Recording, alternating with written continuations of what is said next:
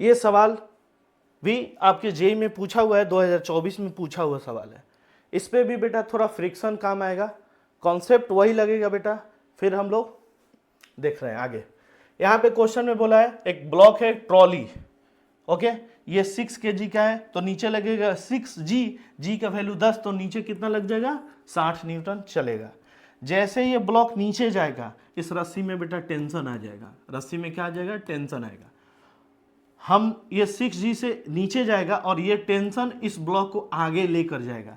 जैसे ये ट्रॉली आगे की तरफ जाएगा यहाँ पे फ्रिक्शन बोलेगा बेटा हम भी हैं, और फ्रिक्शन कहाँ काम करेगा, पीछू।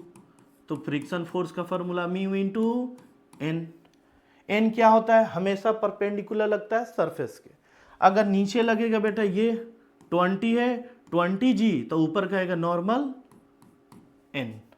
अब यहां से बेटा एन फाइंड आउट कर सकते हो, एन बराबर 20G बोले तो G का वैल्यू 10 रखो तो नॉर्मल रिएक्शन का वैल्यू आ गया 200 न्यूटन। क्लियर है कि नहीं है। अब यहां से फ्रिक्शन फोर्स फाइंड आउट करो, तो फ्रिक्शन फोर्स क्या हो गया, म्यू इंटू एन। म्यू का वैल्यू क्या सर क्वेश्चन में दिया है, क्वेश्चन में म्यू का वैल्यू दिया है 0.04, एन का वैल्यू कितना दे दिया 200।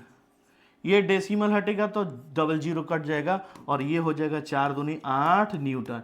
यानी फ्रिक्शन फोर्स पीछू कितना लगेगा टोटल, फ्रिक्शन फोर्स बेटा 8 न्यूटन लगने वाला है। फ्रिक्शन फोर्स 8 न्यूटन लग रहा है, ये फ्रिक्शन फोर्स बेटा 8 न्यूटन लगने वाला है, याद रखो। आगे की तरफ 60 न्यूटन, पीछे की तरफ 8 न्यूटन।